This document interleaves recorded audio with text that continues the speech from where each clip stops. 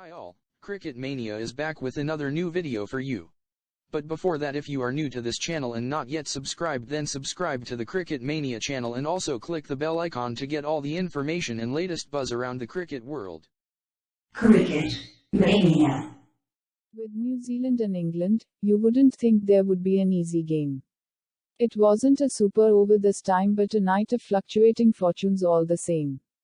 New Zealand finished it off in the 19th over, coming on top with a 5-wicket win, following a late flourish from James Neesham 26 off 10 balls, and a match-winning Daryl Mitchell innings of 73 off 48 balls to send pre-tournament favourites England packing and book a place in the T20 World Cup final.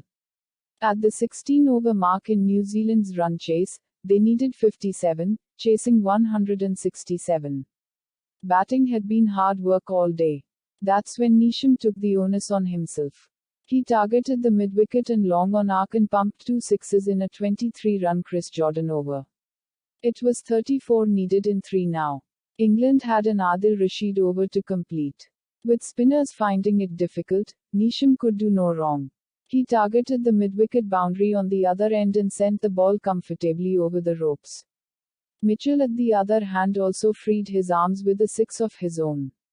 It was slipping away from England. Then, Neesham mistimed one. Rashid had a wicket and England needed 20 runs of the last 2. Chris Woakes strode on to bowl. He had been spectacular in the power play, but this was death overs bowling. He had to quickly change his lengths. He didn't, he couldn't. Mitchell had batted all innings. He took the leather off Woakes' short balls. 2, 6, 6, 1, 1, 4 and it was over. England were going home. At Abu Dhabi, it wasn't the atmosphere one saw at Lord's 2 years ago when the teams put together a game for the ages. But that didn't matter, the stakes were high here too, with a place in the finals up for grabs. It also wasn't a day where it would rain 4s and 6s. Not with the long boundaries here. And with both teams' canny tactics at play. England captain Owen Morgan had said pre-match that he would be disappointed if they batted any differently in the semi-final to the way they had over the past 4 years, in top gear. The best time to attack is when the field is in. But England weren't able to free their arms in the power play. New Zealand simply didn't allow them to. Except for one Trent Boult over, the innings' 4th, where he lost his length and went for 16, England were kept in check.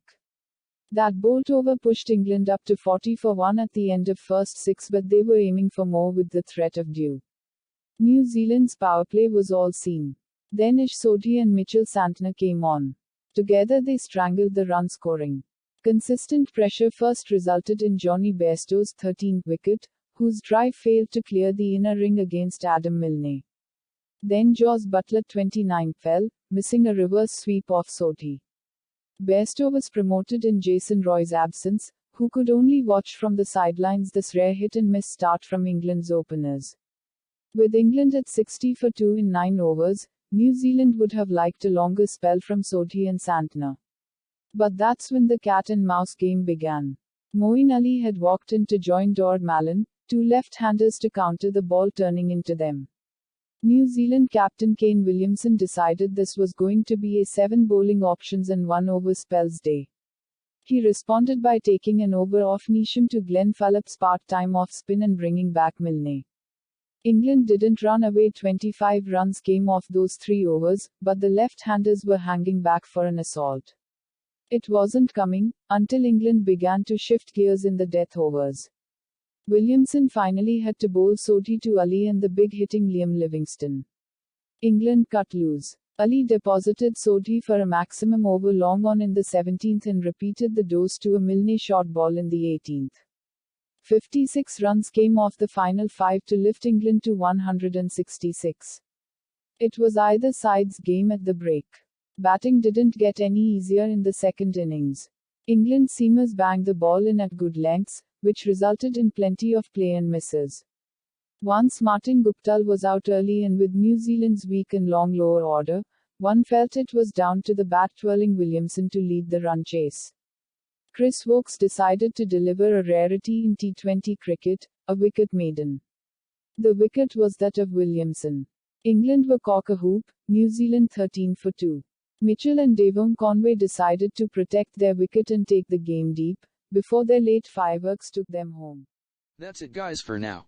If you like this video then hit that like button. Also don't forget to share it with your buddies. And let us know your thoughts on this in the comment section. Tada!